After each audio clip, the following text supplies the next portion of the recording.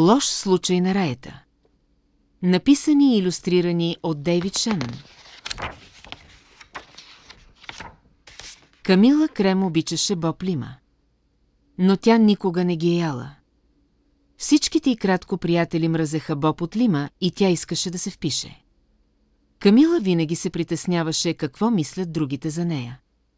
Днес тя се притесняваше дори повече от обикновено. Беше първият учебен ден и тя не можеше да реши какво да облече. Имаше толкова много хора, които да впечатлят. Пробва 42 тоалета, но нито едно не изглеждаше съвсем подходящо.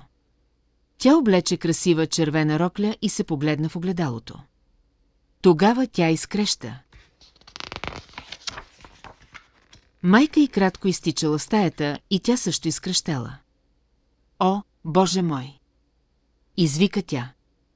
Ти си изцяло покрит с раята. Това със сигурност беше вярно. Камила беше раирана от главата до петите. Приличаше на дъга. Госпожа Крим опипа челото на Камила. Добре ли се чувстваш? Попита тя. Чувствам се добре, отговори Камила, но просто ме погледни. Веднага се върни в леглото, нареди майка и кратко, днес няма да ходиш на училище. Камила изпита облегчение. Тя не искаше да пропусне първия учебен ден, но се страхуваше от това, което другите деца ще кажат. И нямаше представа какво да облече с тези луди раета. Същия следобед доктор Бъмбъл дойде да прегледа Камила. Необикновено. Възкликна той. Никога не съм виждал нещо подобно. Имате ли кашлица, кихане, хрема, болки, втрисане, горещи вълни, замаяност, сънливост, задух или неконтролируемо потрепване? Не, каза му Камила. Чувствам се добре. Добре тогава, каза доктор Бъмбъл, като се обърна към мисис Крим, не виждам причина тя да не отиде на училище утре. Ето малко мехлем, който трябва да помогне за изчистването на тези ивици за няколко дни. Ако не стане, знаеш къде да стигнеш до мен. И той тръгна. На следващия ден беше катастрофа. Всички в училище се смееха на Камила. Наричаха я Камила Крейън и нощта на живата близалка.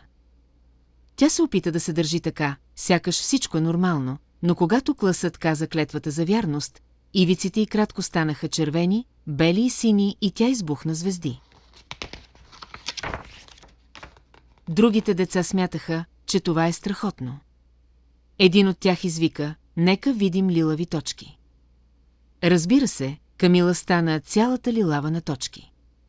Някой друг извика, шахматна дъска, и шарка от квадратчета покри кожата й кратко. Скоро всички започнаха да извикват различни форми и цветове, а горката Камила се сменя по-бързо, отколкото можеш да смениш каналите на телевизор. Същата вечер се обадил господин Хармс, директорът на училището. Съжалявам, госпожо Крим, каза той. Ще трябва да те помоля да държиш Камила вкъщи от училище. Тя просто е твърде много разсейваща и получавам обаждания от другите родители. Те се страхуват, че тези ивици може да са заразни. Камила беше толкова смутена.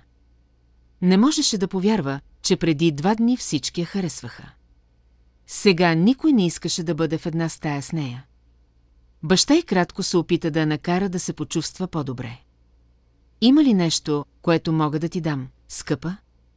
Попита той. Не, благодаря, въздъхна Камила.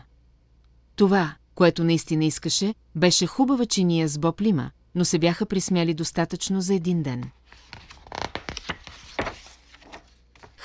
Добре, да, разбирам, промърмори доктор Бъмбъл, когато мистер Крим се обади на следващия ден. Мисля, че е по-добре да доведа специалистите. Ще стигнем веднага. Около час по-късно доктор Бъмбъл пристигна с 4 души в дълги бели престилки. Той ги запознава с Кримс. Това са доктор Гроб, доктор Спонч, доктор Крикет и доктор Янг. След това специалистите отидоха да работят по Камила. Те стискаха и обождаваха, потупваха и тестваха. Беше много неудобно. Това не е паротит, заключи доктор Гроб. Или морбили, каза доктор Спонч. Определено не варицела, добави доктор Крикет. Или слънчево изгаряне, каза доктор Янг. Опитайте тези, казаха специалистите. Всяка от тях и кратко подаде бутилка, пълна с различни цветни хапчета. Вземете по една от тях преди лягане, каза доктор Гроб. След това излязоха през входната врата, последвани от доктор Бъмбъл.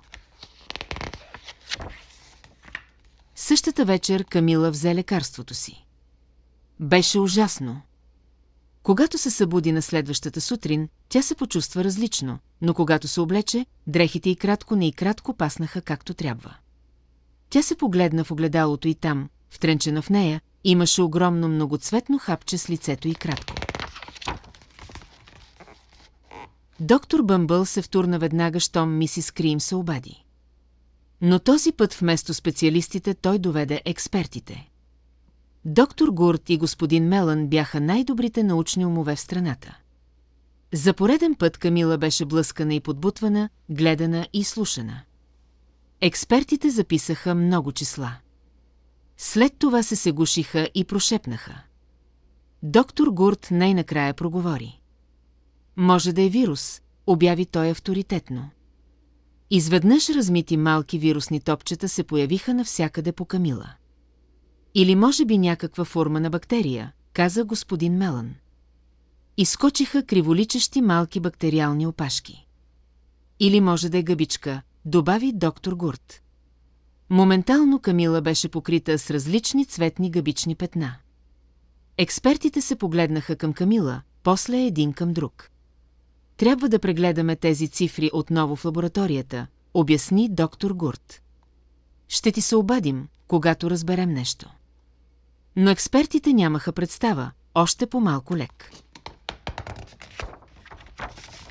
Досега телевизионните новини бяха разбрали за Камила. Репортери от всеки канал бяха пред къщата и кратко, разказвайки историята на странният случай на невероятно променящото се дете. Скоро огромна тълпа се разположи на предната поляна.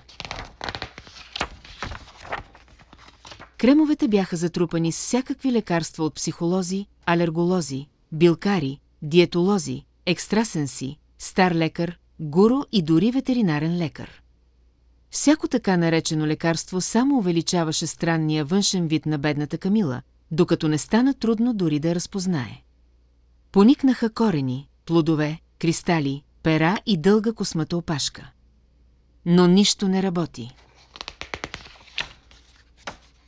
Един ден жена, която нарича себе си екологичен терапевт, твърди, че може да излекува Камила.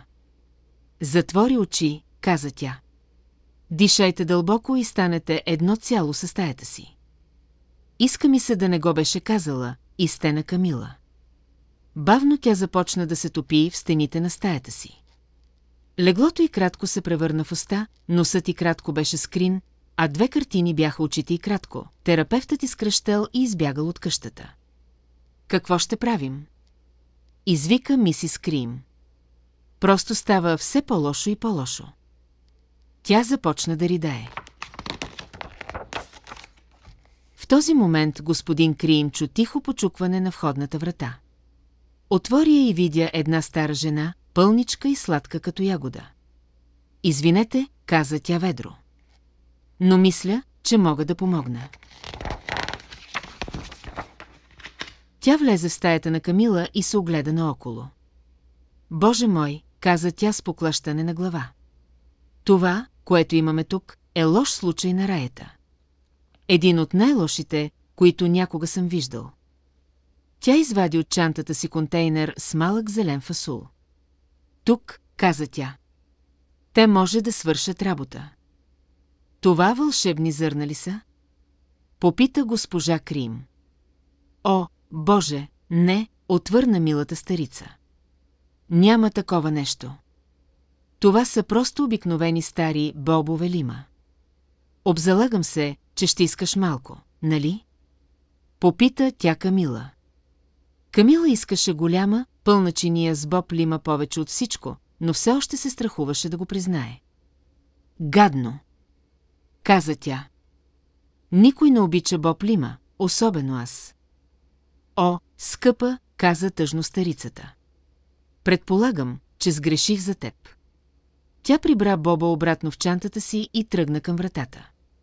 Камила наблюдаваше как старицата се отдалечава. Тези зърна биха били толкова вкусни. А да и кратко се присмиват, че ги е изяла, е нищо в сравнение с това, през което е преминала. Най-накрая не издържа. Чакай! Извика тя. Истината е. Наистина обичам Боб Лима. Така си мислех, каза старицата с усмивка. Тя взе шепа Боб и го пъхна в устата на Камила. Хъм, каза Камила. Изведнъж клоните, перата и криволичещите опашки започнаха да изчезват.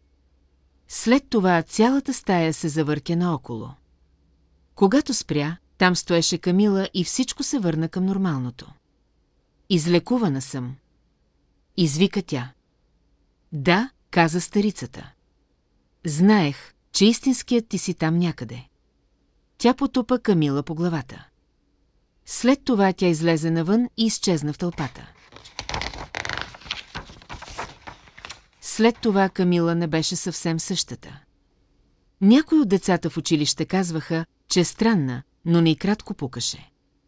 Тя изяде целия Боб от Лима, който искаше, и никога повече не имаше дори докосване на раята. Благодаря, че изслушахте. Не забравяйте да харесате коментара подолу и да се абонирате, ако искате тази книга.